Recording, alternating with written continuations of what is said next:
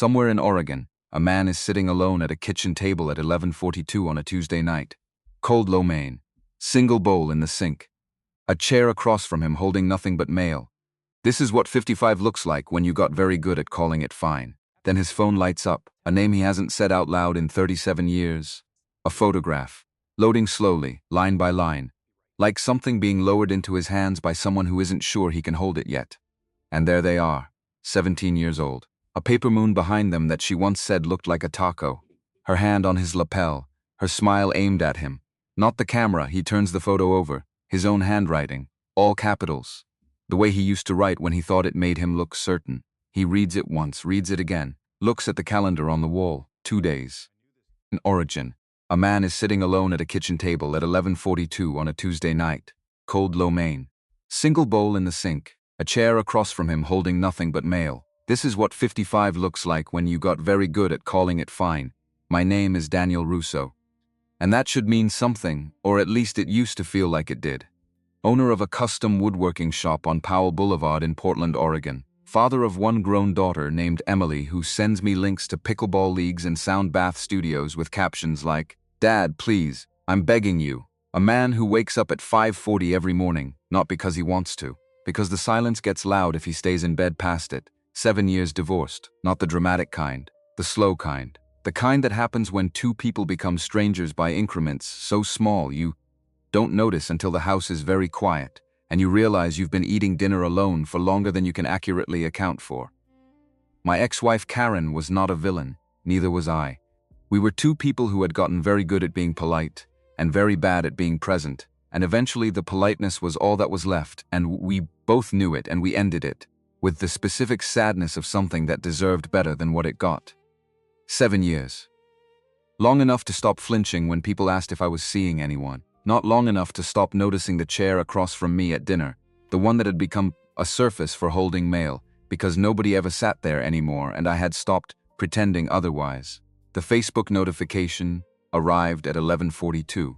I checked it the way you check things when you expect nothing, which is to say, without preparation. It said I might know someone named Carol Merritt. That was funny. That was actually funny in the way that certain things are funny when they hit the exact place you have spent years not letting anything hit.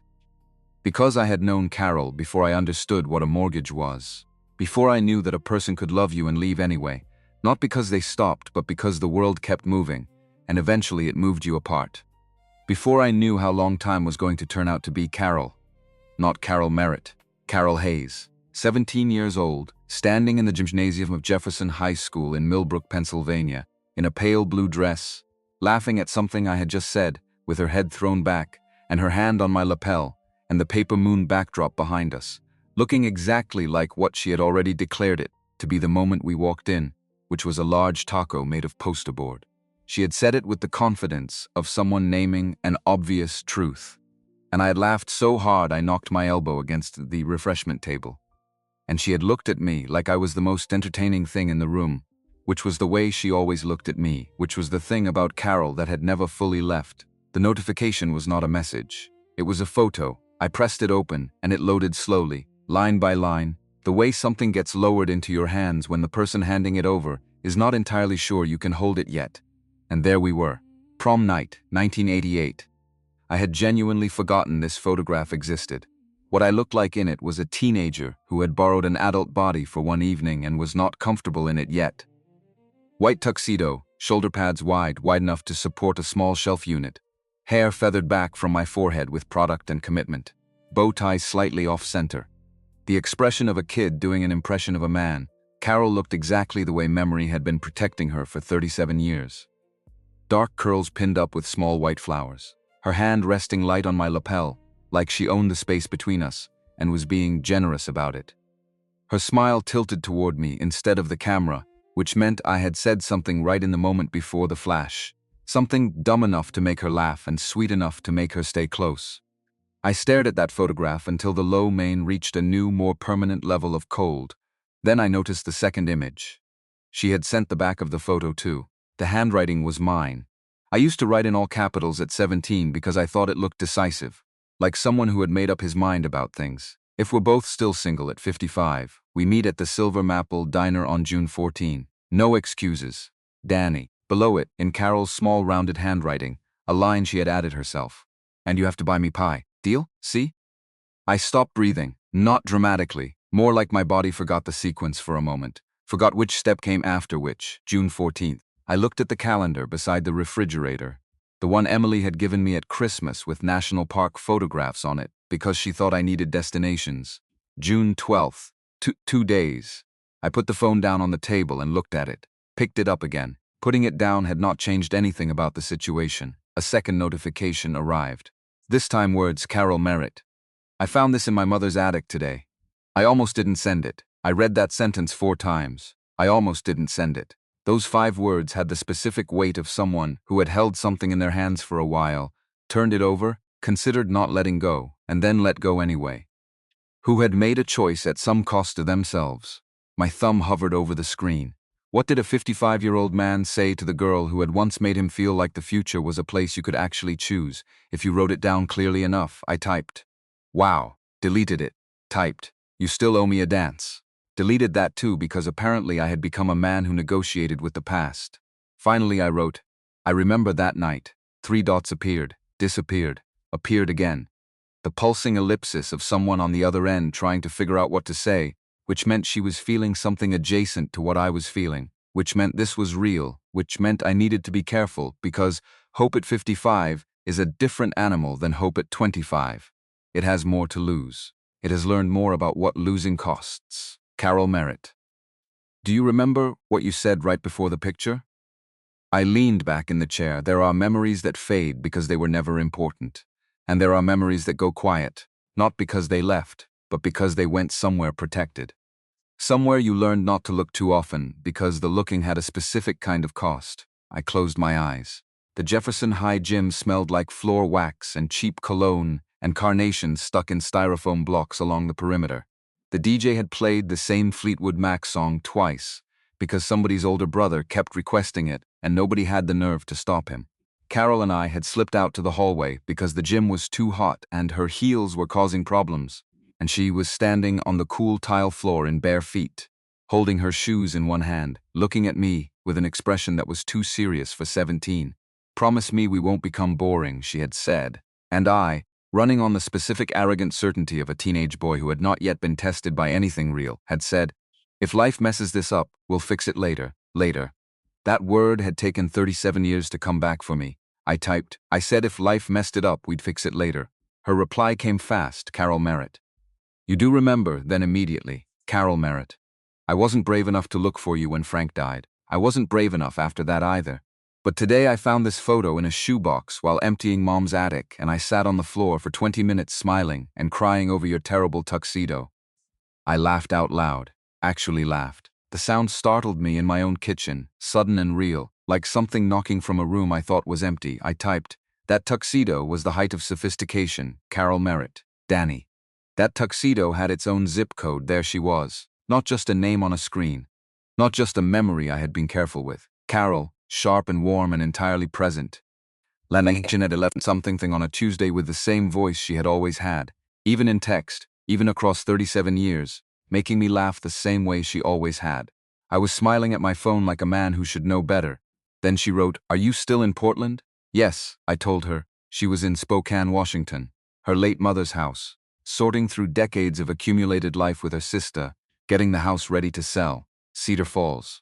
The small town in Oregon where she had once visited a college friend and where I had once driven 2 hours to see her for a weekend before everything got complicated, was almost exactly halfway between us. The Silver Maple Diner was still there. I knew because my mother had mentioned it at Christmas, complaining they had changed the coffee brand but kept the same carpet, which she felt was the wrong priority. For a moment, neither of us typed anything. That was when I felt it. The specific quality of the silence between 2 people who are both calculating something they haven't admitted they're calculating. The weight of what was being left unsaid, pressing against the edges of the conversation. Danger. Not the fear kind, the other kind, the kind that feels like standing at the edge of something high and realizing you want to jump, not because you are reckless, but because the bottom looks worth it. At 55, you know better than to confuse a message with a miracle. You know that people become entirely different versions of themselves between 17 and 55. You know that grief reshapes a person. That divorce does too. You know that chemistry survives in memory better than in real life sometimes. You know all of this. My hand was shaking. Carol Merritt. June 14th is Sunday. I typed before I could talk myself out of it. I know, Carol Merritt. This is probably ridiculous. Me, it was ridiculous in 1988. That didn't stop us then. A pause. Long enough that I started to rehearse a graceful retreat. Oh, I just meant it as a Carol Merritt. If I drive to Cedar Falls on Sunday, will you meet me at the Silver Maple? I put the phone down, stood up, walked to the hallway closet and opened it. On the top shelf, behind a box of extension cords and a tennis racket I hadn't touched since 2019, was a cardboard box I hadn't opened since the divorce. I pulled it down and carried it to the kitchen table. Old yearbooks, baseball cards in rubber-banded stacks, a cassette tape in a clear case with cartoons, Summer '88 written on the label in Carol's handwriting, the letters looping and sure. At the bottom, folded inside the back cover of my senior yearbook, was a small square of dried blue ribbon, the kind woven into a wrist corsage, brittle now, light as breath. The color faded from bright sky blue to something closer to old denim. I held it in my palm. It weighed almost nothing, the way things weigh almost nothing when they are only physical. When most of what they are exists somewhere else entirely. I picked up the phone. It'll be there, I typed. And I still owe you pie. Her answer came back in under 30 seconds. Carol Merritt. Cherry, you better remember that then. Carol Merritt. There's one more thing written on the photo. I didn't show you the bottom corner. Before I could respond, another image arrived. A close-up, cropped tight to the lower edge of the photograph where the paper had yellowed and one corner had taken water damage at some point in its decades of storage. Below the diner promise, almost hidden, in my 17-year-old all-capitals handwriting. If you come, I'll tell you I never stopped loving you. My kitchen went completely still, the refrigerator hum, the rain starting against the window, my own pulse in my ears. Then Carol sent one final message. Carol Merritt. Did you mean it then, Danny? Or do you mean it now? There are questions a man answers quickly because they cost him nothing. How's the shop? Good, busy, the usual. How's Emily? Great, we had dinner last month. You doing all right out there alone? Yeah, fine, I keep myself busy. And then there are questions that find the thing you've been standing in front of, so it wouldn't be visible. The thing you've kept, just outside your own peripheral vision, because you made a decision, years ago, that looking directly at it was not practical. Carol had always known exactly where I kept that thing. I drafted 3 different replies, deleted all of them. Finally, I wrote, I meant it, then I watched the dots pulse. Before she could respond, I added, and I'm afraid I might still mean more of it than I have any right to. For almost a full minute, nothing came back. In that minute, I became aware of the exact quality of the silence in my house. The specific frequency of alone that has nothing to do with noise and everything to do with the absence of witness. Nobody to hear it if you laughed. Nobody to notice if you didn't. Then my phone rang. Not a message. A call. The screen showed Carol Merritt. I answered so fast I nearly dropped it. Hello? Steadier than I expected. Small mercy. There was breathing on the other end. Then a small laugh, shaky and familiar in a way that went past recognition into something the body knows before the mind catches up. Hi, Danny. I had not heard her voice in decades. Lower now than I remembered, softer at the edges. But the melody of it was identical. The small upward lift at the end of my name, like she was both greeting me and gently suggesting I not take myself too seriously. Hi, Carol. Oh, she said softly. What, you still call me Carol? My knees made a brief argument for the floor. I leaned against the counter. That a problem? No. The smile in her voice was unmistakable. Everyone calls me Caroline now, or Mrs. Merritt when they're trying to sell me something, Carol, I said again. Because I wanted to give her something only I had kept. She went quiet. Then, I didn't expect this to feel so immediate. Neither did I. I had a plan. Send the picture. We'd laugh about the tuxedo. You'd say something charming and vague. I'd say we should catch up sometime. We'd both know we never would. That was your coward's plan. Yes. What ruined it, you remembered. Something loosened in my chest. An old tension I had stopped noticing because it had been there so long it felt like structure. I pulled out the chair and sat at the kitchen table. The one with the mail on the opposite side. I remember more than I thought I did, I said. Like what? I looked at the photo still glowing on my screen. Our young faces, the paper moon. My bow tie slightly wrong. Her smile aimed at me. You hated the punch because someone put too much lemon in it. You had a blister on your right heel. You said the paper moon looked like a taco. She laughed, and there it was. The same bright spill of sound that had once made me do spectacularly stupid things just to hear it again. I stand by that, she said. It was an objectively bad moon. You also told me you wanted to leave Millbrook and see the Pacific Ocean from somewhere that wasn't a postcard. A pause. Quita, I did do that. Eventually, I'm glad. The silence that followed was not awkward. It was deep, the kind of silence that means both people are holding something they haven't found the right container for yet. Danny, yeah, I loved my husband. Quiet. Clear. Not defensive. I need to say that before Sunday. I'm glad you did. Her breath caught, then released slowly. Frank was a good man. Steady. Made everything calmer just by being in the room. When he died, I thought the part of me that could want anything beyond getting through the next day had gone with him. I'm sorry, Carol. I know you mean that. Another slow breath. But today, when I found that photo, I didn't feel like I was betraying him. I felt like some door opened in a room I had forgotten I was allowed to enter. I stayed with that.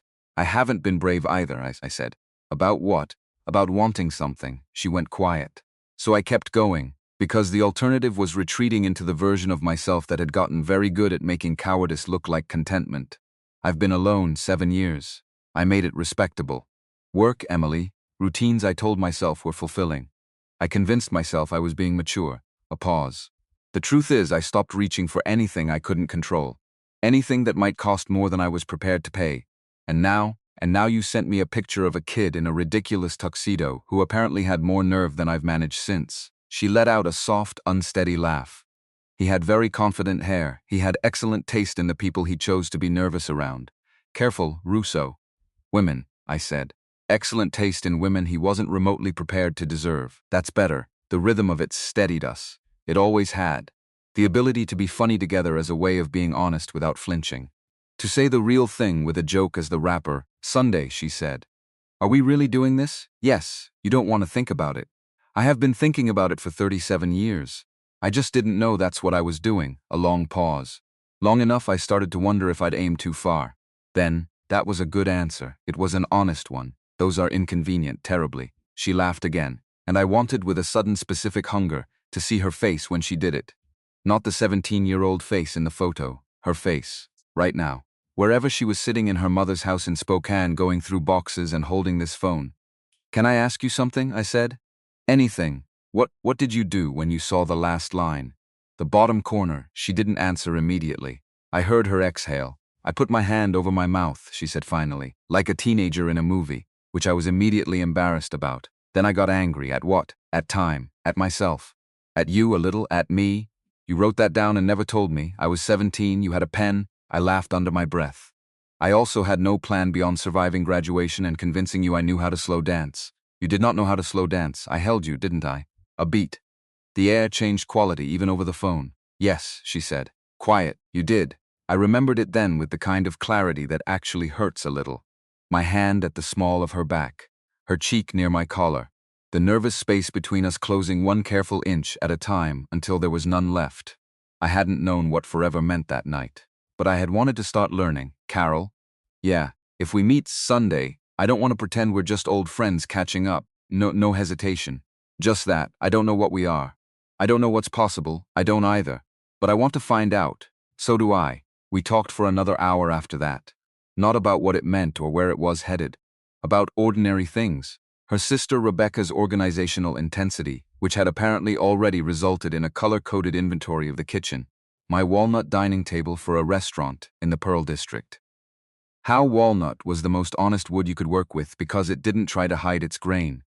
Her mother's attic, which contained among other things 4 apple corers and a full set of discontinued dishes. Emily's current theory that I needed to attend something called a sound bath before I turned into what she described as a decorative hermit. Carol laughed at that for longer than was strictly necessary. You're going to love it, she said. I'm absolutely not going. Emily sounds like someone with good instincts. She eats kale recreationally. Her instincts are suspect. She's also right that you need to leave the house for reasons other than lumber. I had no response to that. Because she was right, and I knew it, and Carol could tell. I knew it from the specific silence that followed. For the record, she said, and her voice shifted just slightly. A small drop in register I hadn't heard yet tonight. I looked at your profile picture. Oh, briefly. How briefly? Long enough to notice the beard works for you. My face warmed in a way that was entirely undignified for a grown man. "For the record," I said, "I looked at yours too, and I had to sit down." The silence that followed had a different texture, warmer. She let it sit. "I'm not 17 anymore," she said finally. "Carol, I meant it to come out evenly. It didn't quite. At 17, you were beautiful and terrifying. At 55, you look like someone I could spend an entire afternoon with, and still want the evening." Her voice when she answered was the softest it had been all night. "You always knew how to get past me, I just always wanted to." When we finally hung up, it was nearly 1 in the morning. I should have gone to bed. Instead, I opened the cardboard box again and sat at the kitchen table with content spread around me. Picked up the cassette tape. No way to play it. I knew every song on it anyway. At the bottom of the box, tucked into the back cover of my yearbook, was my prom ticket stub. Daniel Russo. +1, Jefferson High Prom, May 1988. I looked at it for a long time. Then I put it in my wallet, not as sentiment, as intention. The next morning I called Gary and told him I was taking Sunday off. "The Whitfield order has a delivery window," he said. "Monday works. You never take Sundays. I'm taking this one." Gary had worked for me long enough to know I didn't explain myself without choosing to. He respected this. It was one of his better qualities. "Hot date?" he asked. I looked at the prom photo I had printed that morning and set on the counter beside the coffee maker. Carol's hand on my lapel, her smile aimed at me. The two of us squinting slightly because nobody warned us about the flash. "Something like that," I said. "I changed shirts 4 times on Sunday morning. 4 times. I am 55 years old. I have signed commercial contracts, navigated a divorce that required 2 lawyers, and more than one very difficult conversation. Refinished 11 pieces of antique furniture in the last year alone. I should be beyond standing in front of my bathroom mirror, interrogating the emotional implications of my clothing choices. Blue made me look like I was trying too hard. Gray was too neutral, like I had no feelings about the occasion. Green was simply wrong in a way I couldn't articulate. I went back to the blue. I trimmed my beard, not dramatically, enough to look like someone who had thought about it. Carol had said it worked. I chose to believe her. I left Portland 2 hours early, not planned. It happened because I was ready at 9, and the drive was 2.5 hours. And the alternative was sitting in my house listening to the refrigerator hum. So I got in the truck and went. The drive through Oregon was green hills and wet pavement, and memories surfacing in places that had no particular right to contain them. The gas station outside Hartfield, where I had once bought Carol a cherry Coke with the last dollar in my pocket, because it was the only thing I could think of to do when she was sad about something she wouldn't tell me. The river bend where she had made me pull over and dance with her in the headlights, because she said any night with a full moon deserved music, even if you had to provide it yourself. The turnoff toward Misler's Lake, where we had parked my father's Buick one October night and talked until 2 in the morning about everything we planned to do with our lives, most of which neither of us had done, some of which we'd done in ways we hadn't predicted. Cedar Falls was small in the way that towns are small when you return with adult eyes and a teenage heart. It had always been small and had made its peace with that. A gas station, a hardware store with hand-lettered sale signs in the window, a barbershop with a pole that actually turned, a library open 4 days a week, and on the corner of Maple Street and 3rd, exactly where it had always been, stubbornly turquoise with a hand-painted sign of a bird carrying a coffee cup, the Silver Maple Diner. I parked across the street at 11:45 and sat there, both hands on the wheel, engine off, watching the front window of the diner and not going in. What I was thinking about was not what I should have been thinking, which was simply, go inside, order coffee, wait for Carol. What I was actually thinking was every version of this moment I had imagined over the past 4 days, and how reality was about to make all of them irrelevant. Chemistry works differently in person than it does on the phone at midnight, when you're already emotional. I was thinking about how grief changes a person, how 55 years of living does things that you can't anticipate from a photograph. I was thinking, what if the connection we felt on the phone turns out to be nostalgia doing what nostalgia does best, which is dress the past in lighting it never actually had? What if I disappoint her? What if I am exactly what I am? A decent, moderately lonely man with sawdust in the cuffs of his jacket and no particular gift for beginning again. My phone buzzed. "Carol, I'm here." Booth by the window, then Carol, and before you ask, "Yes, I can see you sitting in your truck." I looked up, through the diner window. In the corner booth where the afternoon light came in, at a long angle, a woman was looking directly at me. Not 17, not memory, Not the softened version nostalgia had been maintaining. Real, 55 years old, silver threading through dark curls worn loose around her face, a green sweater. One hand raised in a small wave, her mouth forming two unmistakable words, "Come." And then with a clarity that required no lip-reading expertise, "Coward." I laughed so hard the last of the tension in my chest broke apart. I typed, "Strategic breathing," she replied. "Breathe while walking." I got out of the truck. The bell over the diner door made the sound diner bells make. Coffee and grilled onions and something sweet underneath, the specific domestic smell of a place that has been feeding people for decades and knows it. The kind of place where things happen. Regular, important things. People sit across from each other and say what they came to say. Carol stood as I crossed toward her. Neither of us moved for a moment when I reached her. Then she smiled. And every version of myself I had brought through that door. The worried one, the careful one, the man who had spent 4 days rehearsing his own reluctance, went quiet. Just went quiet. The way a room does when the right thing finally starts. "Hi, Danny." The same melody. The same small lift on my name. "Hi, Carol." We both laughed softly. Because we had already done this on the phone, and doing it again in the same room felt both redundant and entirely necessary. Like the first time had been practice, and this was what it was practicing for. "You're taller than I remember," she said. "You're shorter."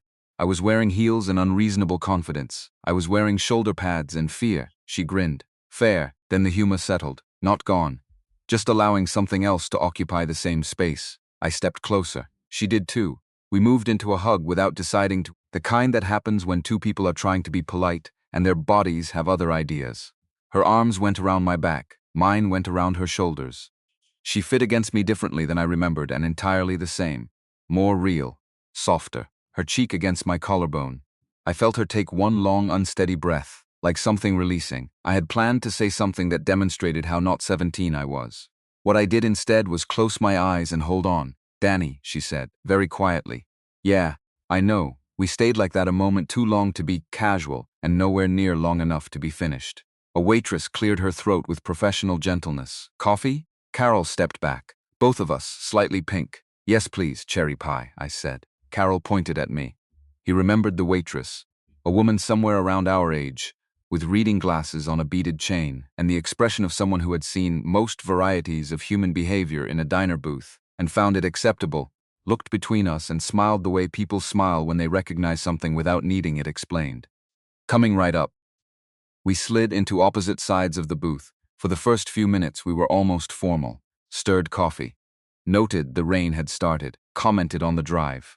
Two adults using weather and geography to warm up the air between them. Then Carol reached into her bag and placed the photograph on the table between us. I had brought my printed copy. She had brought the original. We looked at our 17-year-old faces in the pale diner light. The paper moon, my disastrous tuxedo, her blue dress. Both of us squinting at the flash. "I carried it in my bag the whole drive," she said.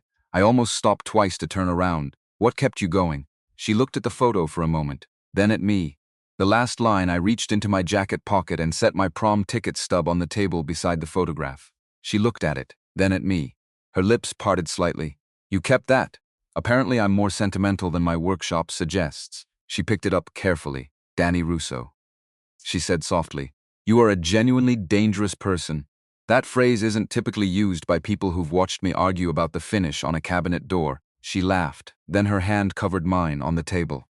Simple, just skin, finding skin across 37 years of distance. Her thumb moved once across my knuckle. "I was afraid you'd look at me and only see who I used to be," she said. I turned my hand over and laced my fingers through hers. "I was afraid you wouldn't let me see who you are now." Her eyes came up to mine. "That's the thing," I said. "I see her and I see you. And I don't want to go backward, Carol. I don't want to pretend we're 17 under a paper moon. That's not what I drove here for." She looked at our joined hands. "Good," she said. "Because I refused to redo algebra. I would not survive gym class, and I have earned every comfortable shoe I own. You look beautiful," I said. The words came out quietly, without any performance in them. She went still for a half second. I practice being calm if you said something like that. How's it going?" "Poorly." "Good, I meant it. I like knowing I can still get to you." Her smile turned slow and deliberate. Something in her expression moved aside, the careful layer she'd been maintaining since I walked in, and underneath it was Carol. Not the 17-year-old, this one. The real one. "Careful," she said. "I might start getting to you back. I'm counting on it." The pie arrived, which was a mercy, because another 30 seconds of that specific quality of eye contact in a public diner would have been difficult to explain to anyone nearby. 1 slice, 2 forks. Carol had insisted on this when ordering. She took the first bite and closed her eyes. "Oh," she said. "Just that." The kind of "oh" that has nothing to do with cherry pie. I watched a small dot of filling cling to the corner of her mouth and forgot what words were for. "What?" she said. I gestured. She dabbed at the wrong side with her napkin. Other side, she missed again. On purpose. I could tell by the spark in her eyes, which had always been the tell, which she had always known I could read, which she was using anyway. "You're doing this deliberately," I said. "I don't know what you mean." I reached across the table slowly enough that she could stop me. She didn't.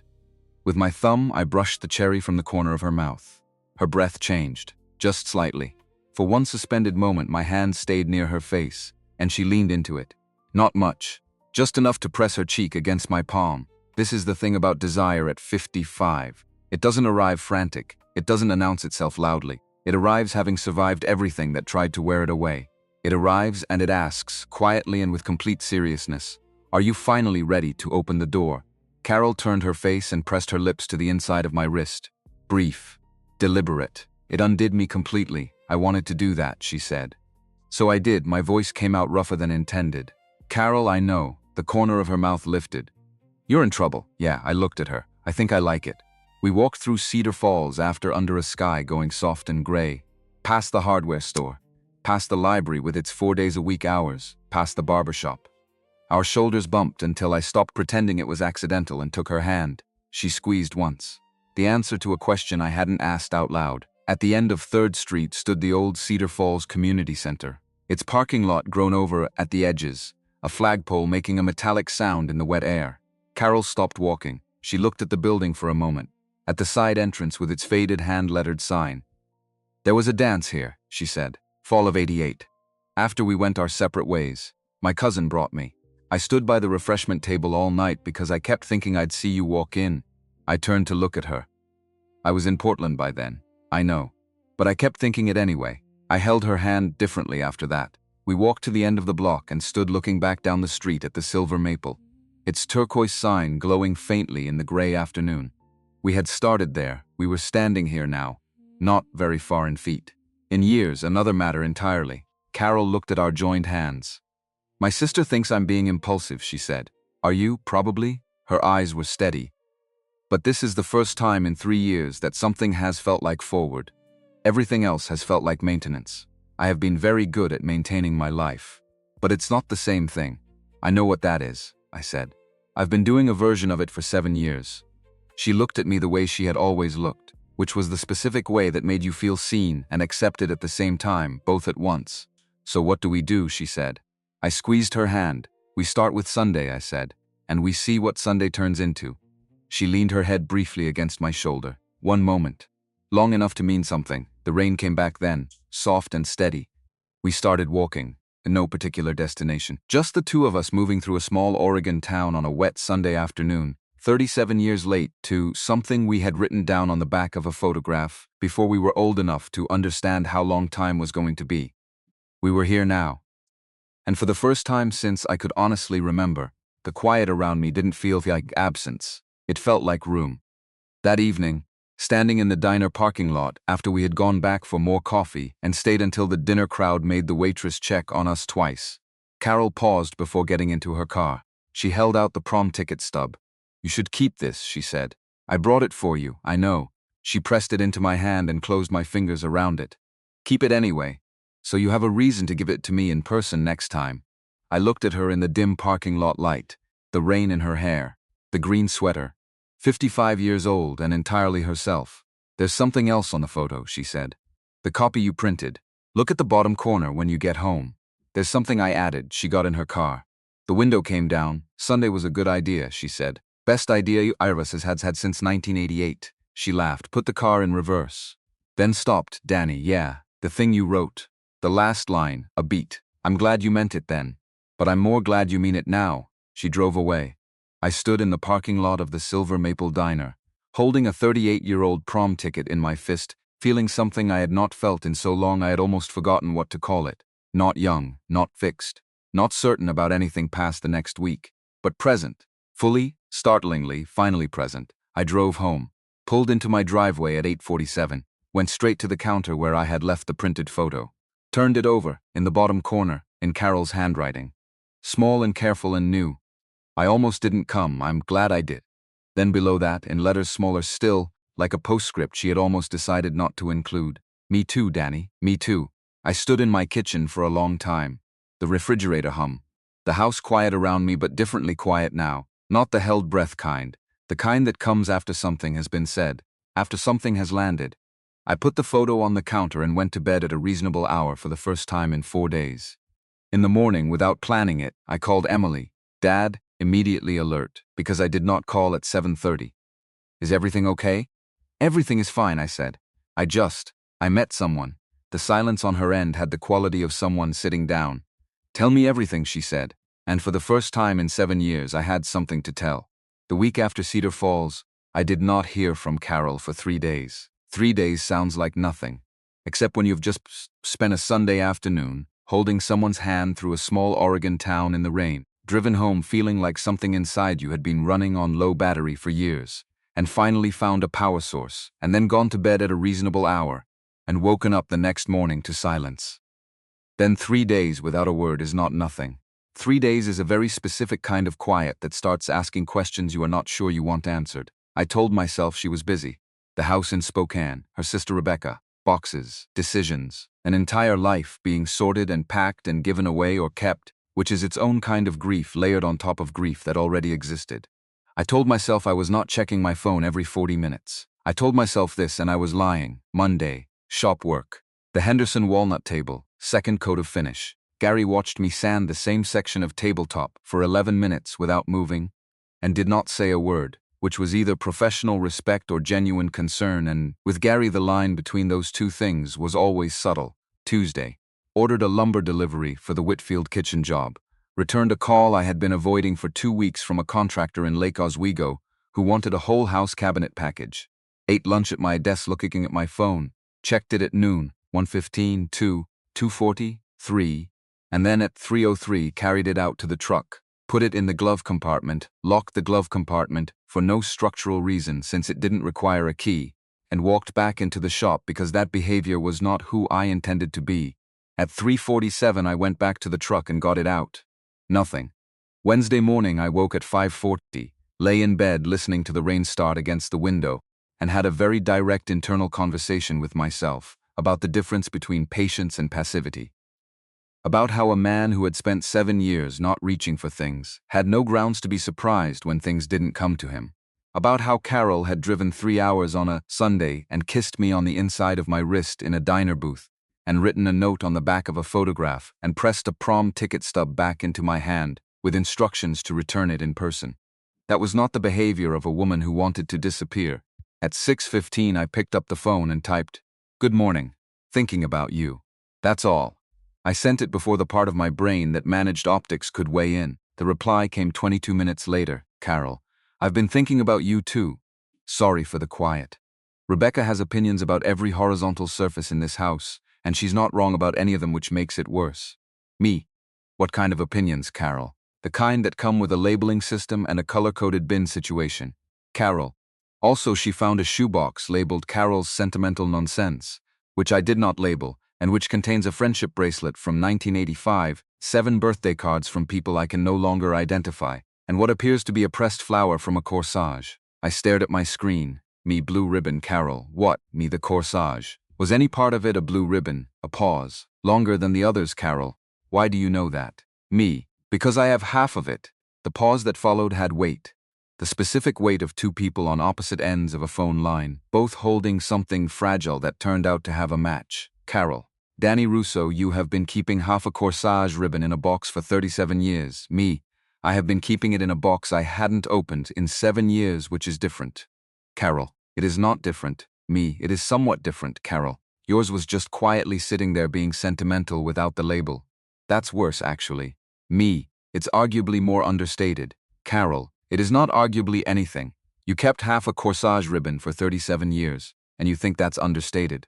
I laughed out loud in my empty shop at 7:08 in the morning, And Gary looked up from the far end of the room with an expression I had never seen on his face before, which was surprise. We texted through the morning. Not constantly, not the way teenagers do, when every thought gets turned outward the moment it forms. The way two people do when they have actual things to do, but have reached an unspoken agreement that the other person is the best part of the day. And that texting them occasionally is just being honest about that. She told me about her mother's kitchen, which had accumulated over 30 years, a collection of cooking equipment that included 4 apple corers, which she felt was 2 more than any reasonable person needed across 2 combined lifetimes. I told her about the Henderson table and why walnut was the most honest wood to work with, because the grain didn't perform. It showed you exactly what it was. Every year of growth right there on the surface, she wrote back. You sound like you actually love it. I typed, I do. I just forgot to say so out loud for a while. That sat between us for a moment. Then she wrote, that's the kind of thing I want to hear more of. What kind of thing, I asked. Carol, you being honest about what you love, without qualifying it first, which landed with more accuracy than I was prepared for, at 8:15 on a Wednesday morning over a lumber order and a half-eaten granola bar. By Thursday, we had moved from texts to phone calls. Short ones during the day when something occurred, longer ones in the evenings. She was still in Spokane, still sorting, still navigating Rebecca's clipboard energy with a patience that sounded genuinely hard. She means well, Carol said Thursday night. She processes everything by organizing it. When Frank died, she showed up at my door with labeled bins. Grief bin, logistics bin, things to decide later bin. Did it help? Weirdly, yes. A pause.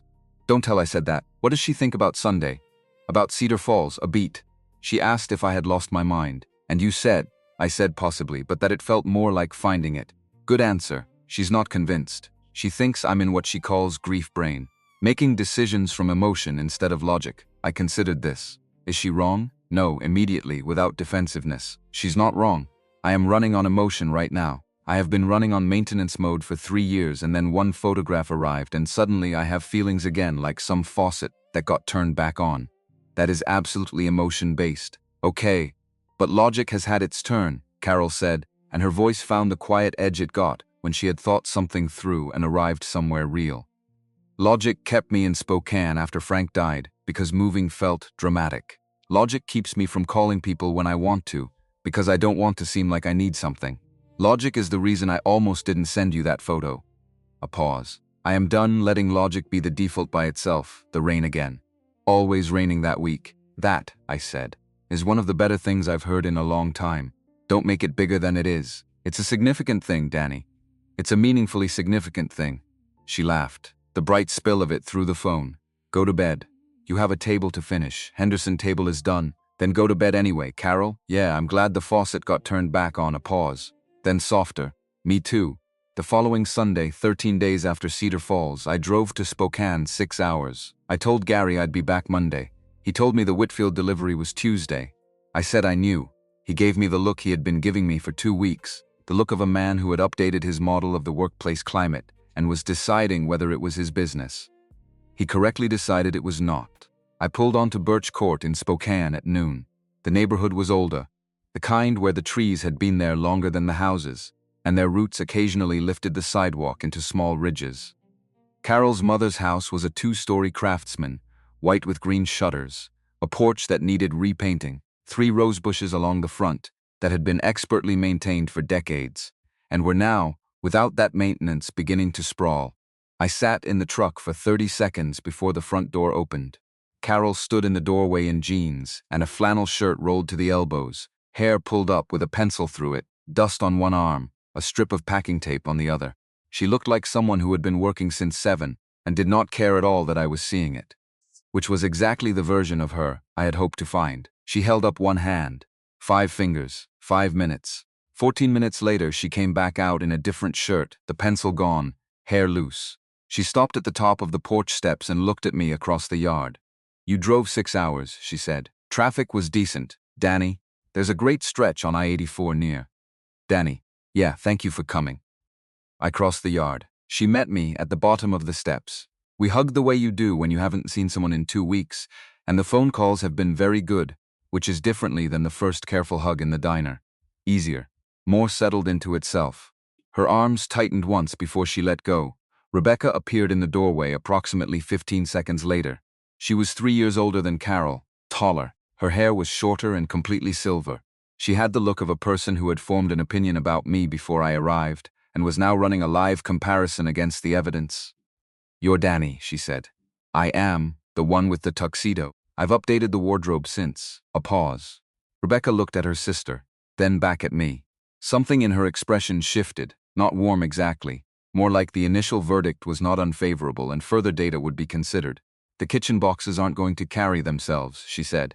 Then went back inside. Carol looked at me with an expression that occupied the space between apology and amusement.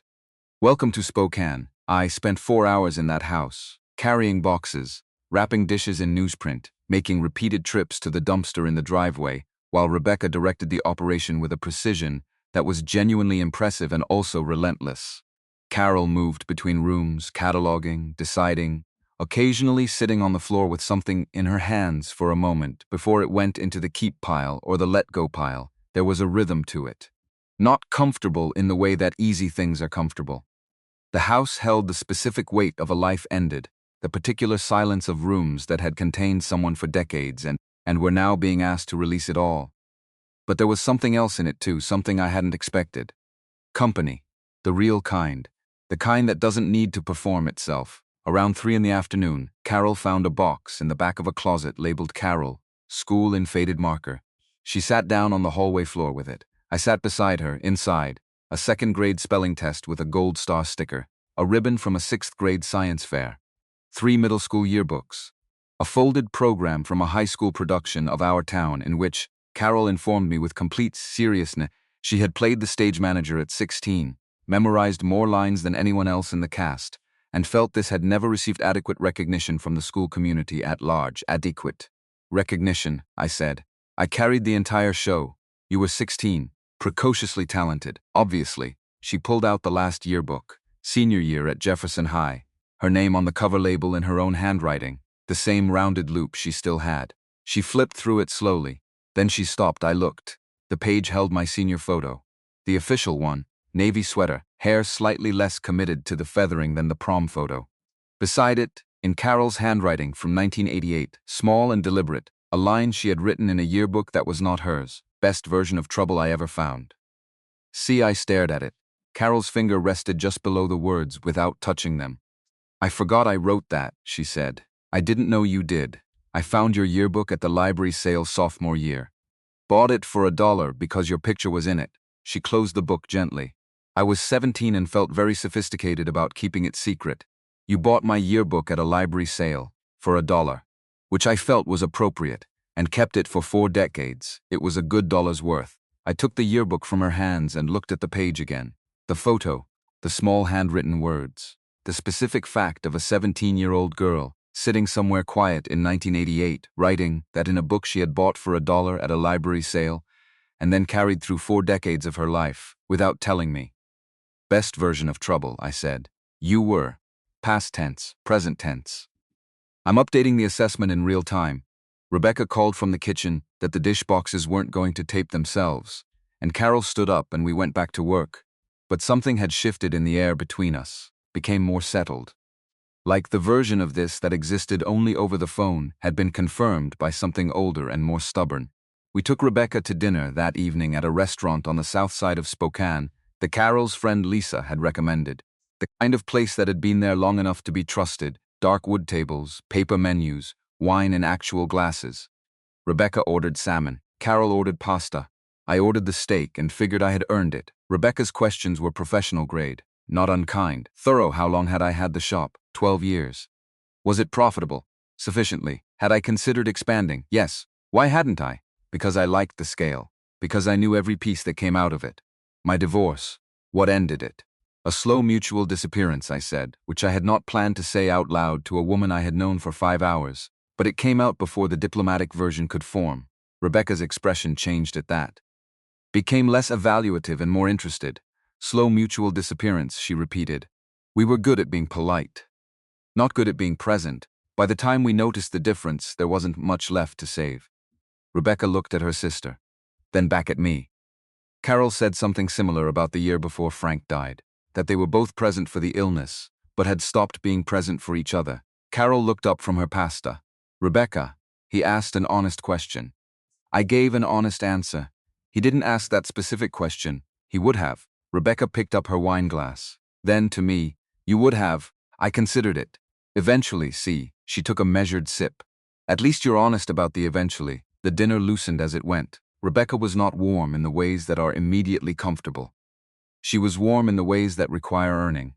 By dessert, she had told me about her own marriage, 26 years, her husband Thomas, who taught high school history in Boise, and had, she claimed, the worst navigational instincts of any human alive, and who she was certain would one day drive into a body of water without GPS intervention. She said this with the precise affection of someone who had accepted their person completely and continued to find it astonishing. Walking back to the cars, Rebecca fell into step beside me, while Carol walked a few paces ahead. "She hasn't looked like that in a long time," Rebecca said quietly. Not elaborated, not qualified. I didn't ask like what. I knew what she meant. "I just met you," Rebecca continued, voice still low. "So I'm saying this once. She spent 3 years being careful, being manageable, keeping everything at a volume she could control. That is not who she is. That is who she had to be." A pause. "Don't make her have to be that again." I watched Carol ahead of us, her head tipped back slightly at something, a private reaction to a thought, the way she laughed when she wasn't performing it for anyone. "I don't intend to," I said. Rebecca looked at me for a moment, then nodded once, the specific nod of someone who has said the thing they needed to say and is now done with it. "Breakfast is at 8. Don't be late." She walked to her own car. I was staying at a motel 6 blocks away. Clean, honest about what it was, the kind of place that didn't try to be something else. I sat on the edge of the bed at 9:30 and called Carol. She answered on the second ring, which told me she had been awake and possibly also looking at the phone. "How's the motel?" she said. "Honest and adequate. Rebecca liked you. She ran a full audit of my intentions over salmon. That's her liking you. If she didn't like you, she just wouldn't engage. She'd be pleasant and completely closed. I feel very reassured." Carol laughed.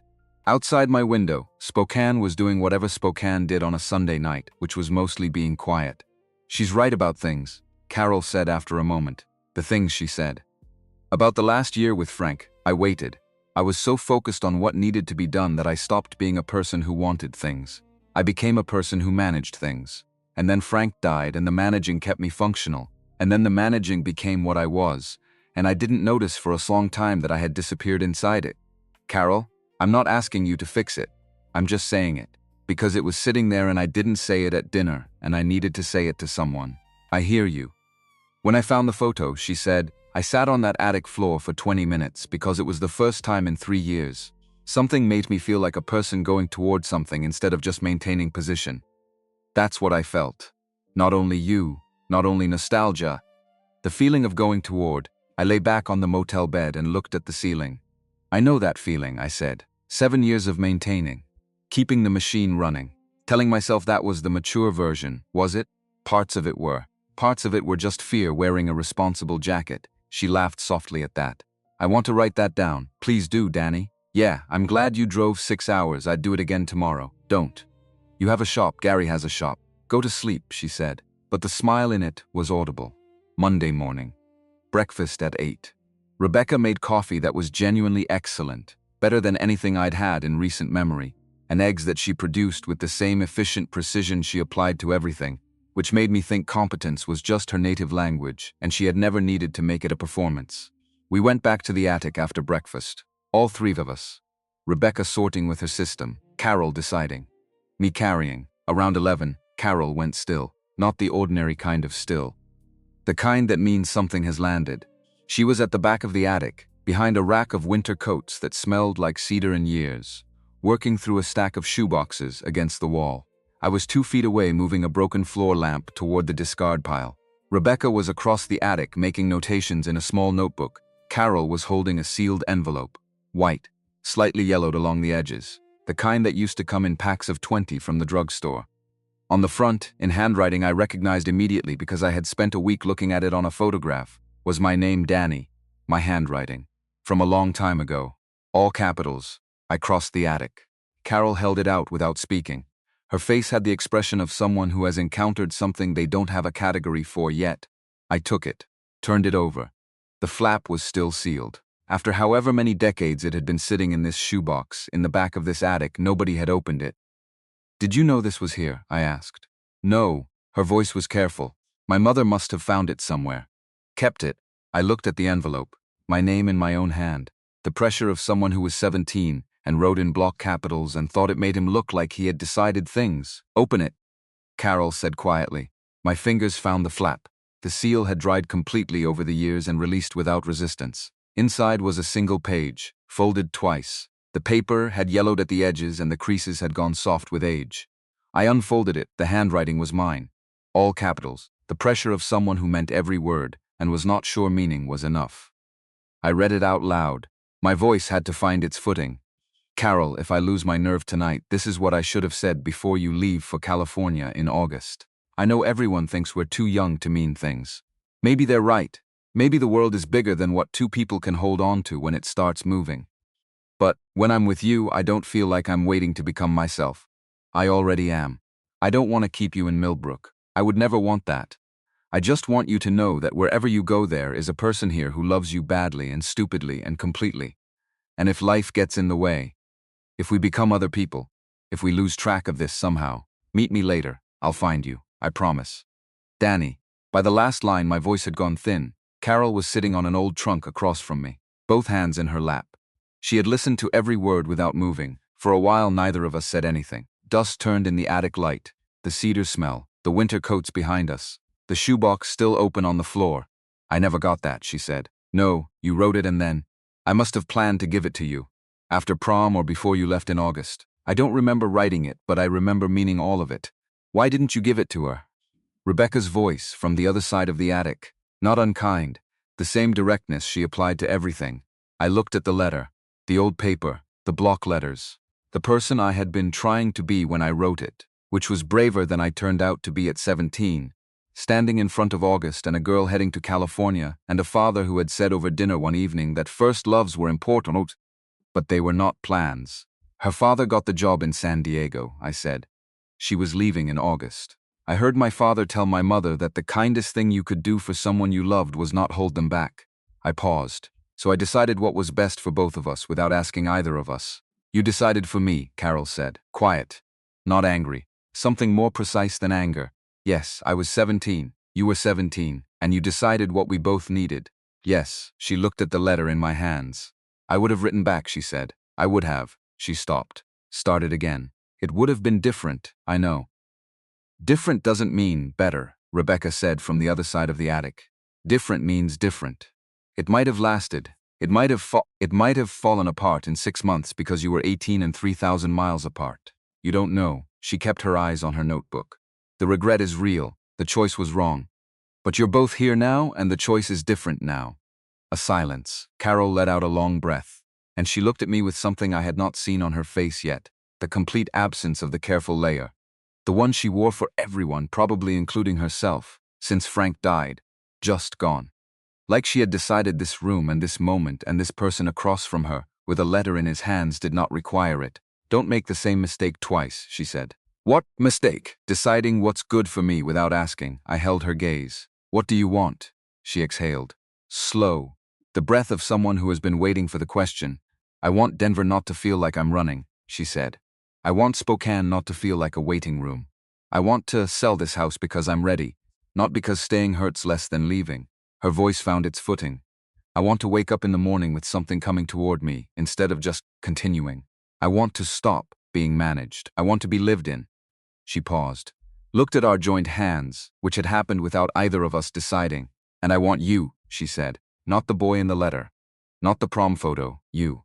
The person who drove 6 hours on a Sunday and carried 12 boxes, and let Rebecca interrogate him over salmon without flinching once." I laughed. Unexpected. The sound of it surprised both of us. "That," she said, the corner of her mouth going up, "is not the reaction I was expecting." "Rebecca flinched me twice," I said. "I was just quiet about it." Carol laughed. And Rebecca, from across the attic, made a sound that was as close to laughing as she was going to commit to. "I want you too," I said, when the laughter settled, when it was just the words with nothing around them, in the ordinary parts, the inconvenient parts. Portland, Denver, wherever we can build something that isn't just two people on opposite ends of a phone being careful about how much they want. That is more than 1 week's worth of certainty, she said. Yes, and you're sure. I'm sure that 7 years of being careful has kept me safe and empty in equal measure, and I'm not interested in continuing that. She looked at me for a long moment. The kind of look that has weight because the person behind it is actually deciding something. Then she leaned forward and pressed her forehead against mine. Not a kiss, just that. Her forehead against mine. Both of us breathing the same old attic air. Okay, she said, just that. Okay, which contained everything. Denver arrived sooner than either of us wanted. That is the thing about real life. It does not pause for the moments that deserve pausing. It hands you car keys and deadlines and houses to sell and jobs that have timelines attached to them and sisters with labeled bins, and it keeps moving whether or not you are ready. Carol's friend, Lisa, had offered her a gallery management job in 10 months before the photo, before Cedar Falls, before any of this. Event coordination, artist relations, show logistics. Something Carol had been doing adjacent to for years, first as a volunteer and then part-time for a small arts nonprofit in Spokane, and at which she was genuinely skilled. Lisa needed an answer. The offer had a date attached. Carol called me on a Thursday evening, 2 weeks after the attic. Sunday, she said. I leave Sunday. I was in the shop. Late. The last of the daylight coming through west-facing windows at an angle that made the sawdust look like it was suspended in amber. I was standing at the bench doing nothing particularly productive, which was not something I ordinarily did. For how long, I said? A month to start.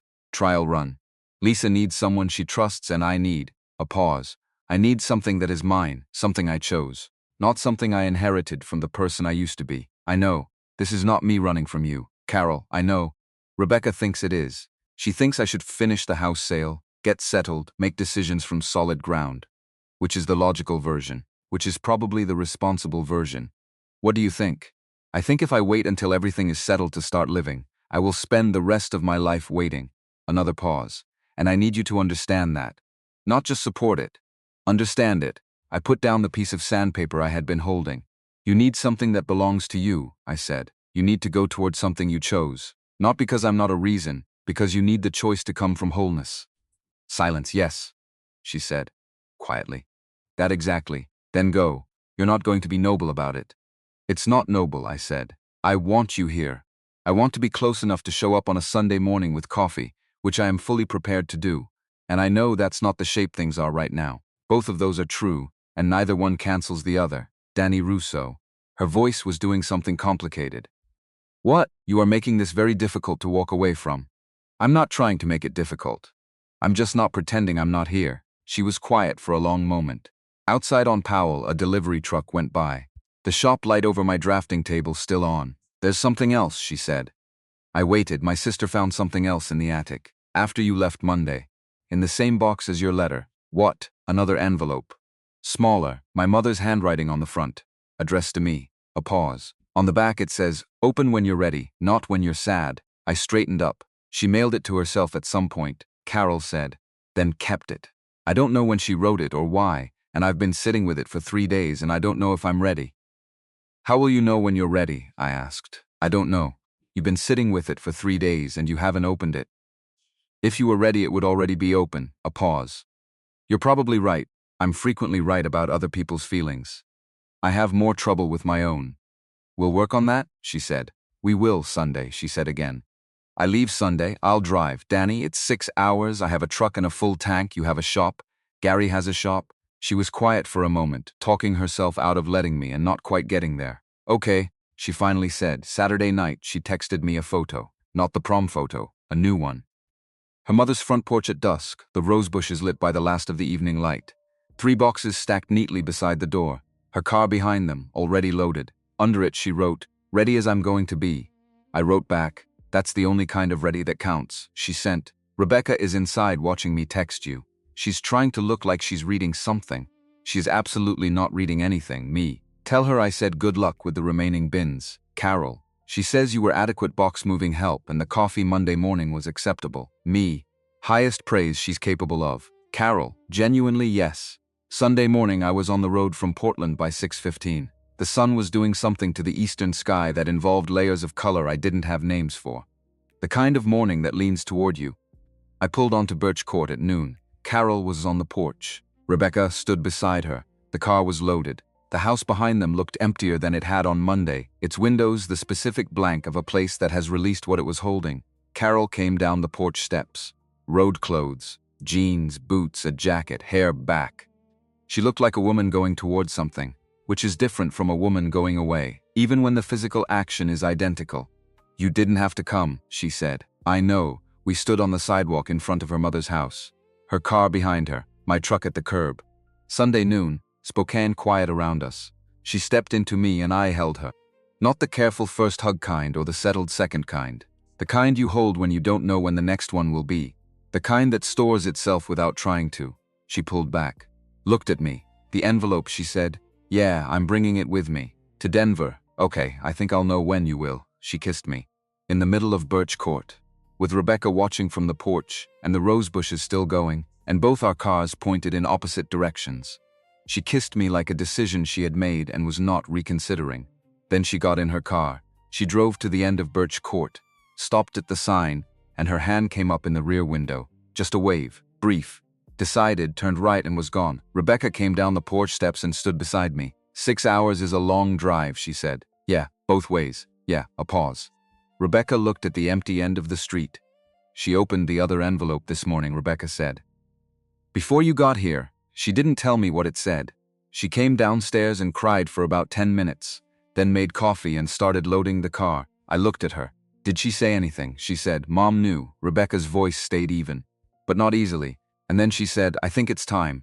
The morning held us both in its particular Sunday quiet. "Take care of her," Rebecca said. Not a plea, not a demand, a fact she expected to be honored. "I will," I said. She nodded once and went back inside.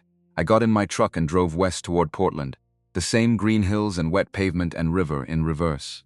Except different now.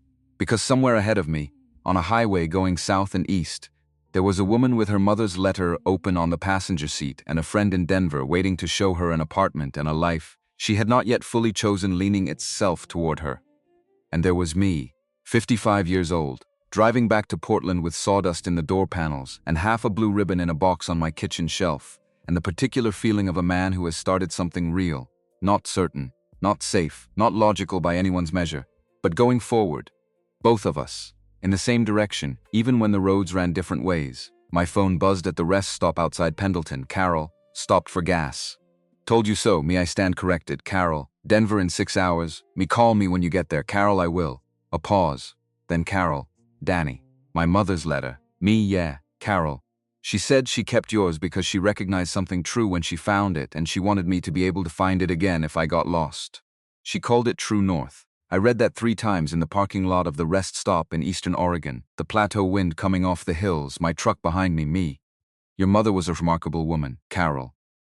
The best." She also said the apple cake recipe is in the green binder, 3rd shelf, which Rebecca confirmed is in the keep box. Me, "Obviously the priority." Carol, "Absolutely the priority." Then, smaller, "Carol, I'm scared, Danny." Me, "I know." Carol, "Not of you. Of wanting something this much again." Me, "Yeah, Carol. Is that okay to say?" Me, "It's the only honest thing either of us could say right now." A pause. Then, Carol, "True North." Me, "True North." She got back in her car and drove south toward Denver. I got back in mine and drove west toward Portland. Somewhere in the middle of all that geography, on a Sunday afternoon in June, something that had started on the back of a photograph in 1988 was becoming something else. Something real enough to be afraid of, which, as it turned out, was exactly the right size for what it was. Denver is 760 miles from Portland. I know this because I looked it up on the Monday after Carol left. Then on Tuesday, I looked up the drive time. Then on Wednesday, I looked up flights, found a reasonable fare, closed the browser, opened it again, and closed it a second time. Because it had been 4 days, and calling this behavior anything other than what it was would have required more self-deception than I had available, the calls helped. Every evening. Sometimes in the morning too, if one of us woke at a time that made sense for both time zones, which were the same time zone, since Oregon and Colorado share Mountain and Pacific, in a way that made our schedules easier than they might have been. Carol was staying with Lisa in a second bedroom that had a window overlooking a small courtyard with a single oak tree, which she photographed and sent me the first morning. I photographed the view from my shop's west window in return, which was the parking lot of the auto parts store next door, and a pigeon, who had established what appeared to be a permanent position on the dumpster lid. She said it was the most honest thing she had ever seen. I said it was an accurate representation of my interior landscape. She said she was going to have it framed. The gallery was in the Rhino neighborhood. Carol sent photos across the first week. Industrial building, high ceilings, concrete floors polished until they caught the light and held it. Lisa had been running the space for 6 years and had the specific energy of someone who operated on vision and did not fully accept that other people needed more sleep than she did. Carol liked her. I could tell by the way she described her, which was with the particular admiration people reserve for someone who does the thing they want to learn to do better. She booked 3 shows. Before 9 this morning, Carol told me on her 3rd day there. I had coffee and a piece of toast and thought about what I wanted to do with the day. She had already negotiated a contract. Intimidating, the good kind. The kind that makes you want to move faster. And she was moving. That was the thing I noticed across every call. Each one had something new in it. A decision she had made. A conversation she had navigated. An artist she had met who worked in salvage steel and whose studio visit had left her standing in the middle of a converted warehouse in Commerce City, feeling something she described as switched on. A phrase she had not used before in any conversation we had had, which told me something I did not need to analyze to understand. She was waking up. Not because of me, or not only because of me. Because she had walked into a room that was hers to fill and she was filling it. Which was exactly what I wanted for her, and also, if I was being honest with myself on a Wednesday evening in my shop, after Gary had gone home, the source of a low hum of something I did not immediately want to name. I named it eventually. Standing at my bench at 8 in the evening running a hand plane across a piece of white oak that did not need another pass, I understood that what I was feeling was not jealousy of the gallery, or of Lisa, or of Denver as a city. It was the older fear, the one that had been with me since I was 17. The one that wore a responsible jacket and called itself consideration for other people. The fear that wanting someone close was the same thing as asking them to be smaller. I put the hand plane down, went to my office, sat at my desk, and called her before I could talk myself into a more diplomatic version of what I needed to say. She answered on the first ring. I need to say something, I said, before I think about it long enough to make it sound better than it is, a beat. Okay. I'm scared. Silence. It's not of you, I said. Not of this. I'm scared of the version of me that decided what was best for you in 1988 without asking. I'm scared he's still in here somewhere and that he's going to show up again with better vocabulary.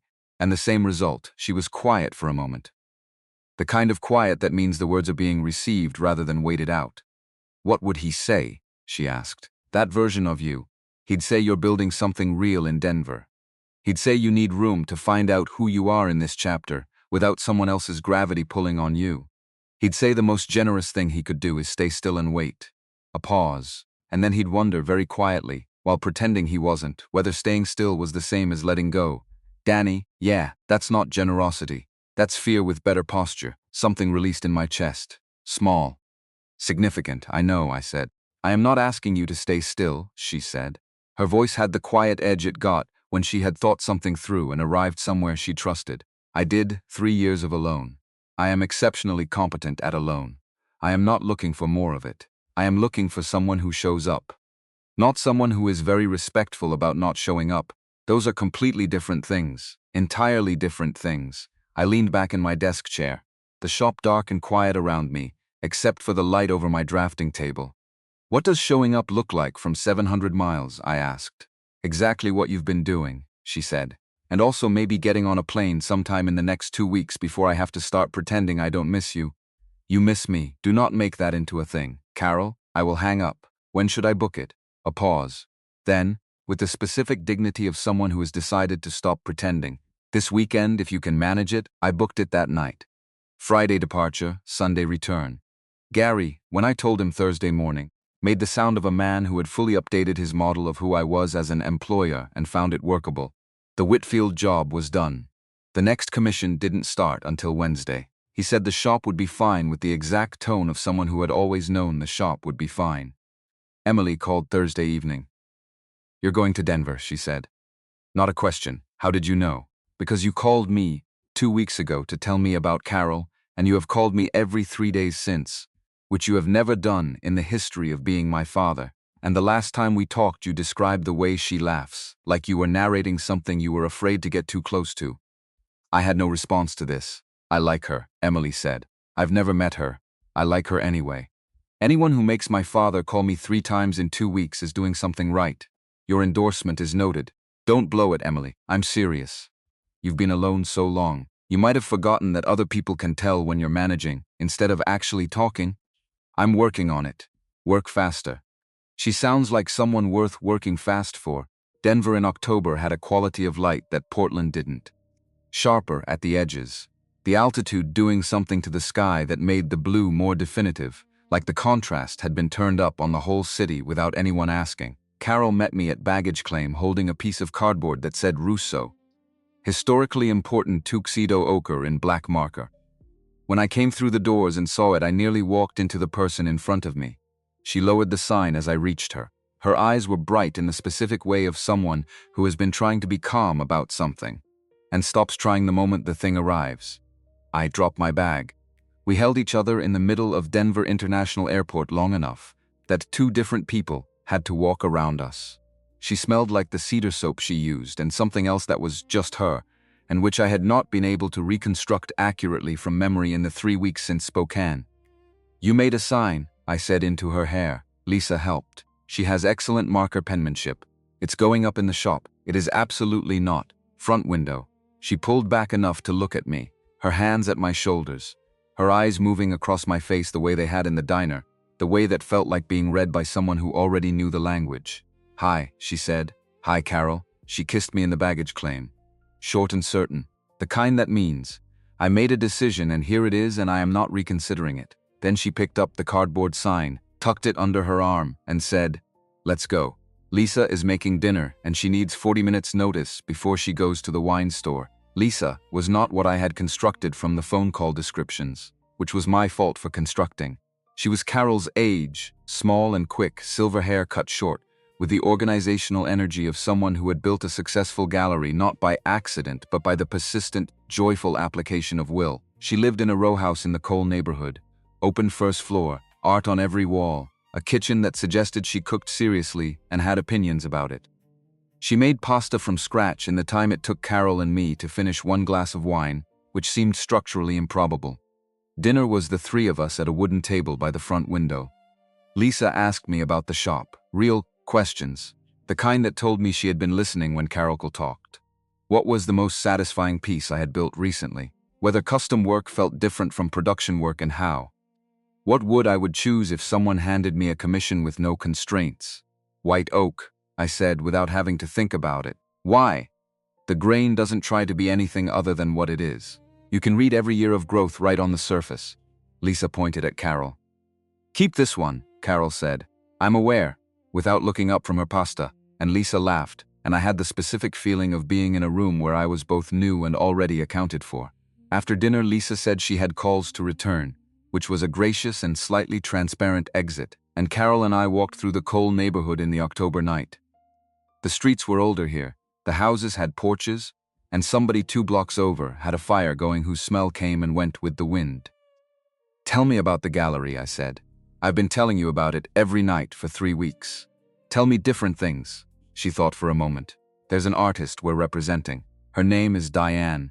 She paints large canvases, 6 by 8 feet, almost entirely in one color, but with minute variations throughout that you don't see unless you stand in front of them for a while.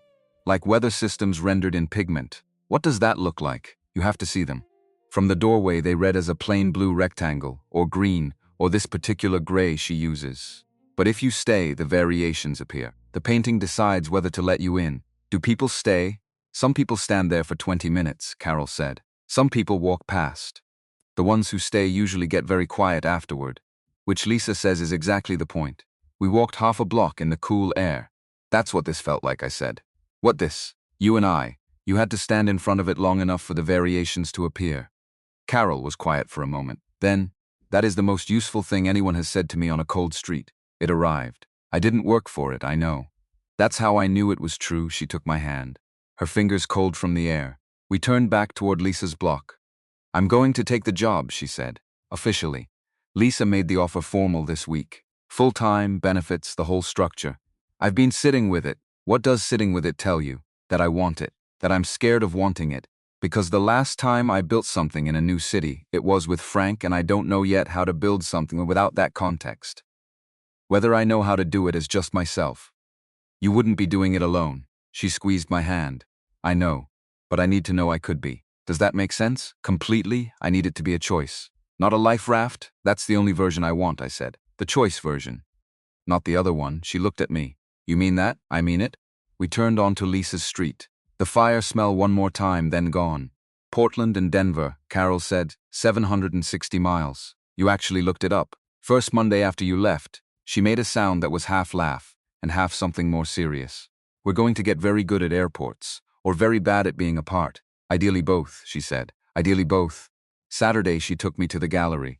Closed, a Saturday favor from Lisa, who had a key and no apparent relationship with the concept of a day off. The building on Larimer in Rhino was converted industrial. A loading door painted deep matte black, a small brass plate beside it with the gallery name in understated type. Inside, the ceilings went up 20 feet. The polished concrete floors Carol had described, catching the thin autumn light from north-facing clerestory windows in long pale rectangles. And the paintings. I stood in front of Diane's gray one for a long time, 6 feet by 8. From the doorway it read as a plain gray rectangle, the color of the Pacific in winter. But I stayed, and the variations appeared the way Carol had said they would. Warmer gray in the lower left quadrant. Something close to blue along the upper edge. Areas where the pigment had been worked and reworked until the surface held depth the way water does. Each layer visible only if you didn't rush it. Carol stood beside me and said nothing, which was right. After a while I said, I understand what you meant about weather systems. Yes, this is grief, I said. Not the bad kind. The kind you can eventually stand inside long enough to see what it actually contains. Carol put her arm through mine and leaned her shoulder against me. She's showing in January, she said. Come back for the opening. I'll be here. She looked at the painting a moment longer. Then, I opened the envelope on the drive down. My mother's letter.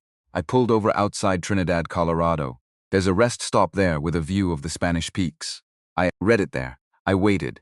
She said she knew when she found your letter in my things. She said she recognized something true in it, and she held on to it because she wanted me to be able to find it again if I ever got lost. Carol's voice was steady. Working to stay steady. She said the right person is not always the one who arrives first or stays longest. Sometimes they are the one who was there at the beginning, waiting at the other end of a very long road. The gallery was entirely quiet around us. The light on the concrete floor. The gray painting. She said she hoped I would stop being so careful with my own heart, Carol said. She said careful is not the same as safe, and safe is not the same as alive. I turned to face her. Both of us in the empty gallery with the October light and Diane's paintings around us. Your mother, I said, was a remarkable person, Carol nodded. Once. Keeping something together by a thread and choosing to. I took her face in my hands. Gently. She closed her eyes for a moment. When she opened them, they were bright but not spilling. I'm done being careful with my own heart, she said. I'm finished with that. Okay, I might be bad at this sometimes. So might I. I might get scared and go quiet. Tell me when you do. Don't disappear politely, she almost smiled. Is that from personal experience? Extensive personal research. She leaned into me then. Fully. The way you lean into something you have decided to trust with your actual weight.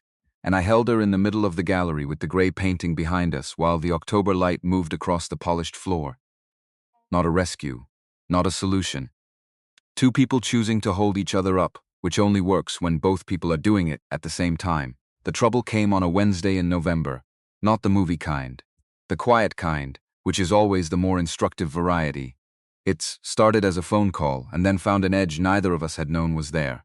Carol had been in Denver 6 weeks when it happened. She called at 8, which was our time. But something in the first syllable told me this call was going to go somewhere new. Hey, flat. Not cold. The flatness of something that has had a lot of air go out of it. What happened? Long day. Lisa and I disagreed about how to handle an artist who's being difficult about a show timeline. She wants to accommodate. I think we need to hold the line. We went back and forth all afternoon and didn't land anywhere, and now I'm sitting here feeling like maybe I don't actually know what I'm doing. You know what you're doing. You don't know that. I know you, Danny. You've known me since June, which was true, and also entirely beside the point. And we both knew both things simultaneously, which was precisely where the trouble lived. I hear you, I said carefully, and I'm not dismissing that. I'm saying I've watched you make hard decisions with good judgment repeatedly since June. And that counts for something. It counts for phone calls, she said. Not for. She stopped. For what? A longer pause. I don't know how to do this at 700 miles. Not logistically. Emotionally. When something goes sideways, I want to process it in the same room as you. I want to sit across a table and talk until it resolves. I can't do that, and tonight it's making me feel like we've built something real that exists mostly in a medium that has limits I didn't fully account for. The shop. My desk. The light over the drafting table. I sat with that for a moment. Did not reach immediately for reassurance, which would have been the easy move and also the wrong one. What she had said deserved to be in the room without being immediately managed. You're right, I said. She didn't expect that. I could tell by the quality of the silence that followed. Phone calls are real, I said. What we have is real, and you're also right that real things built primarily at a distance have a ceiling. And I don't want a ceiling, neither do I. So what does that mean? I don't know, honest and tired. I don't know how you put Portland and Denver together without one of us giving up something we shouldn't have to. What if we don't try to solve the whole shape tonight, I said. What if we just say, this part is hard, we're both feeling it, and we don't need it resolved before we hang up, a beat. That's very mature, she said. I've been practicing, it's a little annoying, I know. I want to be in the same room as you, she said. Not as complaint, as fact, the kind you say out loud because pretending otherwise is its own kind of dishonesty, I know. Me too. Okay, a breath. We're not solving the shape tonight. No, tell me something about the shop. So I told her about the kitchen cabinet job in Lake Oswego. The client never stopped ringing. Who had changed the hardware selection 3 times and landed on something that was going to look exactly right with the cabinet style, which I had not told them because they needed to feel like they had arrived there themselves. Carol laughed at that. The real laugh, not the polite one. And the call found its footing again. Not because the hard thing had been resolved, but because we had agreed to leave it honestly unresolved rather than paper over it. Which, as it turned out, was a skill neither of us had fully developed until recently. 2 weeks after that call, I flew back to Denver. 4 days. Carol came to Portland the 2nd week of November. A long weekend during which she met Emily over brunch at a place in the Pearl District that Emily had chosen with deliberate care. Emily and Carol talked for 2 hours. I mostly watched Emily's face while Carol described Diane's paintings and what the gallery felt like from the inside. Watched Carol's face while Emily described, with the unsentimental honesty of a daughter who loved her father and was not going to let him be comfortable about his own patterns, what I had been like for the 7 years before June. He told me he was fine every single time I asked, Emily said, for 7 years straight. Fine, good, keeping at it, staying busy. Like he was filing a status report. That tracks, Carol said. The thing is, I could tell he wasn't, but he had decided fine was the performance and he was very committed to it. Were you worried? Emily considered this. Not worried exactly. More like watching someone put a tarp over something that didn't need a tarp and telling himself it was practical. I said, I'm sitting right here, no. They said, simultaneously. Then, looked at each other, and laughed the synchronized laugh of people who have immediately understood each other completely, which was everything I had hoped for, and also slightly frightening. The December visit was 4 days. I stayed at a hotel 2 blocks from Lisa's house, which Carol thought was unnecessary, and which I maintained was the right call, not from propriety, but because I wanted this built at the right speed, chosen rather than defaulted into by the convenience of proximity. 3rd night. Lisa at an opening across town. Carol and I alone at Lisa's wooden table with the city moving quietly outside the front window. Midway through dinner, Carol put down her fork. I've been thinking about the spring, she said. I waited. My contract with Lisa runs through April. She's asked me to stay on. Full-time, permanent structure, a pause. I want the job. I'm good at it and I love it, and I love this city more than I expected it to. She picked up her fork and set it back down. But, 760 miles, she said. I don't want to keep doing this with a ceiling. I had been thinking about it since the Wednesday call in November. From different angles at different hours, in the shop, on early morning walks, lying awake at 5:40 working through it honestly rather than in the direction that felt better.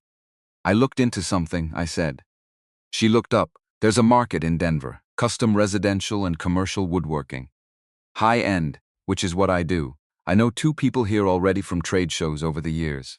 The infrastructure would take time to build correctly. 12 to 18 months minimum. I was careful with the words, not diplomatic. Precise. I'm not talking about closing the Portland shop. Gary has been running it for 3 years, and it's his operation in every meaningful way. I'm talking about whether there's a version of this that doesn't require us to live at a distance indefinitely. Carol was looking at me. I'm not asking you to come to Portland, I said. I'm not asking you to give up the gallery. I'm asking if you'd want me closer. The room was quiet. Outside, Denver moved in its thin-aired evening way, not knowing and not needing to know what was being decided at a kitchen table. 2 blocks off Colfax, Danny, her voice had gone to the place it went when she was feeling something she was not going to minimize.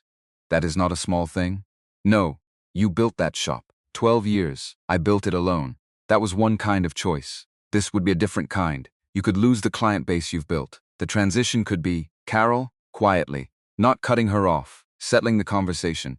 I know what it costs. I've thought about what it costs. I'm saying it might be worth it. She looked at the table, at her hands, at the window. I let her look. Did not move the moment toward a conclusion it hadn't reached yet on its own. Then she looked at me. The full look, the reading the language one. I'm scared, she said. I know, not of you. Of this being too much. Of you making a move like this, and then if something doesn't work. Carol. I reached across the table and covered her hand. If something doesn't work, that is something that happens to people who were trying. It is not evidence that the trying was wrong. Her eyes were bright. The not spilling kind that had held for months now. This isn't me deciding what's best for you, I said. This is me telling you what I want and asking if you want it too. Those are not the same thing. They're not, she said. They are completely different things. So she turned her hand over and held mine. Yes, she said. I want you closer. I want the ceiling gone. I want to be in the same room when things go sideways and when things go right and when nothing particular is happening and it's just Tuesday. She squeezed my hand.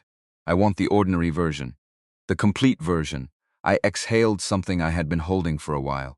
Okay, I said. Okay, she said. You're building something in Denver, slowly, correctly, at the right pace, at our pace, at our pace. She held my gaze. Then the private smile appeared, the one that had nothing to do with being charming and everything to do with being genuinely, quietly pleased. The one that had always been hers specifically. You're going to hate the altitude, she said. I'm from Portland. I can handle anything. It's a mile high. I work with my hands. I'm sturdy. You were holding the Larimer stairs railing last time. That was the first day. You were breathing like you'd climbed something. Those are very steep stairs, Danny. Carol. She laughed. And I laughed with her. And outside the window, Denver kept moving in its sharp-lit altitude and ambition way, entirely indifferent to the fact that 2 people at a kitchen table had just decided to stop living at the far ends of a distance and start building something in the same place. January. Diane's opening at the gallery. I flew in on a Friday. Carol met me at the gallery door at 6:15 before the crowd arrived so I could see the correspondences series before the room filled. 12 small canvases hung in a grid on the east wall, each one a different color, each one with the internal variations you had to stand in front of long enough to see. I stood in front of them for a long time. The variations were there in every single one. No 2 identical. Some warmer at the center. Some with edges that felt like early morning before anything has been decided yet. Some with a density in the middle that felt like a held breath. And when you looked at all 12 together, the conversation between them became visible. The way they spoke to each other across the white wall. The way the distance between them was part of the work and not a problem to be solved. Deanne was in the room. Carol introduced us. Small woman, mid-60s, paint still on her wrist from that morning. She looked at me looking at her paintings and said, "You're the one who said the gray one was grief. Carol told you. Carol tells me things." A pause. "What do you see in these?" I looked at the 12 canvases. "Things that are separate but still in conversation," I said. "Things that need the space between them to be fully visible. But that would also choose to be closer if they could." Diane looked at Carol. "Keep this one," she said, and moved away to greet someone near the door. Carol stood next to me, our shoulders touching. "She likes approximately 6 people on the planet," Carol said. "I feel honored." "You should." She took my arm. "The show's starting. Lisa needs me," she went. And I stayed in the gallery for the next 2 hours, watching Carol work the room, watching her talk to artists and collectors and the people who made up the small city's art world with a fluency that was entirely hers. Not performing, not managing. Moving through the space like someone who knew she belonged in it, like someone who had found the room she was meant to fill and had stopped being surprised by that. I talked to people. Stewed in front of the paintings with strangers who wanted to discuss what they saw. Drank wine that was better than expected. Watched Diane receive the quiet, earned praise of people who meant it, which she accepted with the dignity of someone who had made the work, without needing the room's approval to know what it was. Near the end of the evening, a man stopped beside me in front of the correspondences. 60s, well-dressed, the look of someone who collected seriously and had been doing it long enough to stop being impressed by himself about it. "You know her work," he said. "I'm learning it. Which one's your favorite?" I looked at all 12. "Took my time. The green one," I said. "Third from the left, second row." "Why, it looks like it's been waiting for something," I said. "But not unhappily, like it made peace with the time, and is still completely itself because of it." He looked at it for a moment. "That's the one I bought," he said, and moved on. I stayed in front of the green painting until Carol found me there at the end of the evening, when the crowd had thinned to a handful. She stood beside me without speaking first, which was how she had always understood that I was still inside something and needed a moment to come out of it. "The green one," she said. "You watched. You stood there for a while. It's sold, I know. Lisa's very pleased." She looked at it with me. "Why the green one?" "It looked like it had made peace with the time," I said. "Like whatever it had been waiting for was worth the wait, and it had known that all along." She slipped her arm through mine. "We made peace with the time," she said. "And now we're done making peace with it. And now," she said, "we're just here." We went back to Cedar Falls in June, 1 year and 2 days after the Facebook notification arrived at 11:42 on a Tuesday evening. The silver maple had new carpet, exactly as my mother had predicted. The coffee was the same brand it had always been. The booth by the window was empty when we arrived, which felt less like coincidence and more like the place had simply been holding it. Carol wore a blue dress, soft cotton, nothing like the one in the photograph, and completely in conversation with it. I wore a navy jacket that she said, when she saw it, made me look like someone with a story worth hearing. We ordered coffee and cherry pie, 1 slice and 2 forks, which was now established practice. I took the framed photograph from my jacket pocket and set it on the table between us, both sides visible through the glass, the young faces on the front, the written promise on the back. 37 years of accumulated handwriting in 2 different hands. Carol looked at it for a moment. Then she reached into her bag and took out the letter from the attic. She had kept it through the move to Denver and all the months between. She placed it face down on the table beside the photograph. "We need to add something," she said. She handed me the pen she had brought for this specific purpose. I held it for a moment, looked at the blank back of the letter, thought about what the road had held, what we had each carried without knowing the other one was carrying something too. Across all the geography and all the years, I wrote, "We found each other later." It was worth every year of the wait. I handed the pen to Carol. She looked at what I had written. Then the private smile appeared and she added her line beneath mine. "He still owes me pie. But he remembered cherry, so we're even." See, I laughed, out loud, in the Silver Maple Diner in Cedar Falls, Oregon on a Saturday evening in June. The waitress at the counter looked up. The couple in the next booth smiled without knowing why. "You're going to make it sentimental and then undercut it," I said. "I'm going to make it accurate," Carol said. "Those are different things, entirely different things." I agreed. We sat with our coffee and our pie and the framed photograph and the annotated letter on the table between us like the document they were. Evidence of a promise made young and kept late, of 2 people who had taken 37 years to cross a distance that was never entirely about geography. Outside, the June evening settled over Cedar Falls, the light going long and gold through the diner window.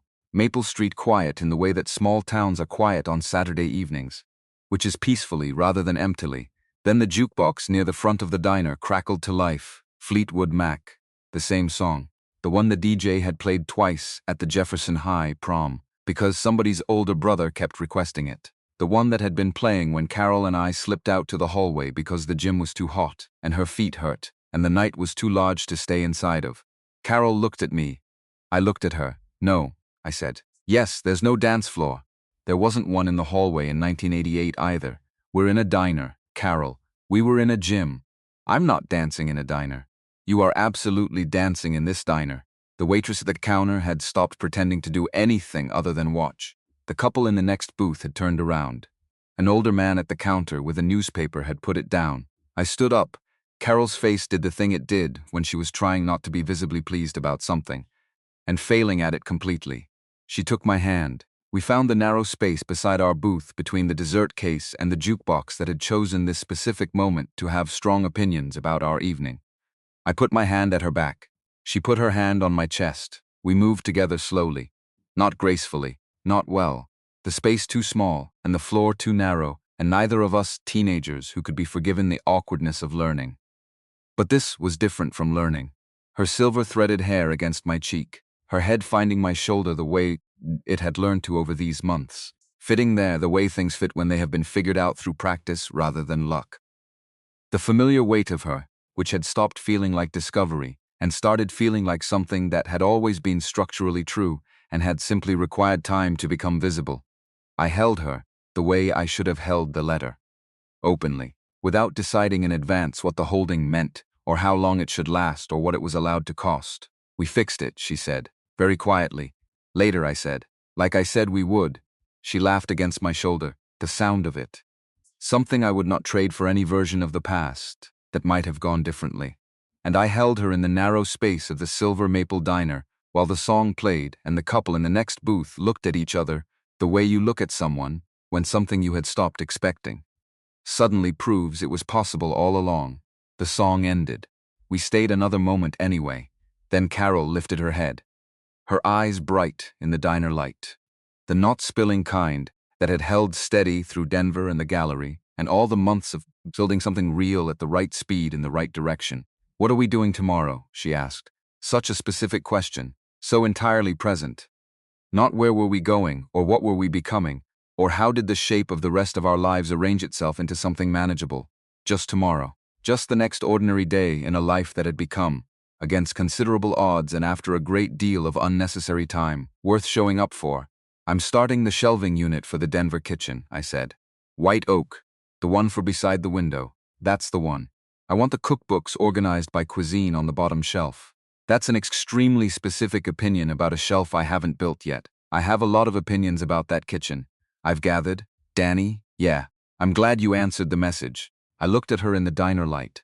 At 55 years, at this woman who had arrived from a shoebox in an attic on a Tuesday night in June and had not left. Not really. Not the parts that mattered. Me too, I said. I'm glad you sent it. She took my hand across the table. We finished the pie. We split the check because Carol maintained it was a matter of principle. Even though I pointed out the original agreement specified I was buying, which she countered by saying the original agreement had been made by 17-year-olds with underdeveloped negotiating skills and required updating. We drove back to Portland that evening. Carol's hand resting on the console between our seats. The June dark coming down soft over the hills. The radio at the low volume where it becomes more presence than music, more company than noise. At my house, Carol stood in the kitchen and looked at the chair across the table, the one that had held mail for 7 years because nobody ever sat there. The one that had been a piece of furniture performing the function of evidence. The mail had been gone for months. She sat in it. Just that. With the ease of someone sitting in a place that had been waiting to become ordinary.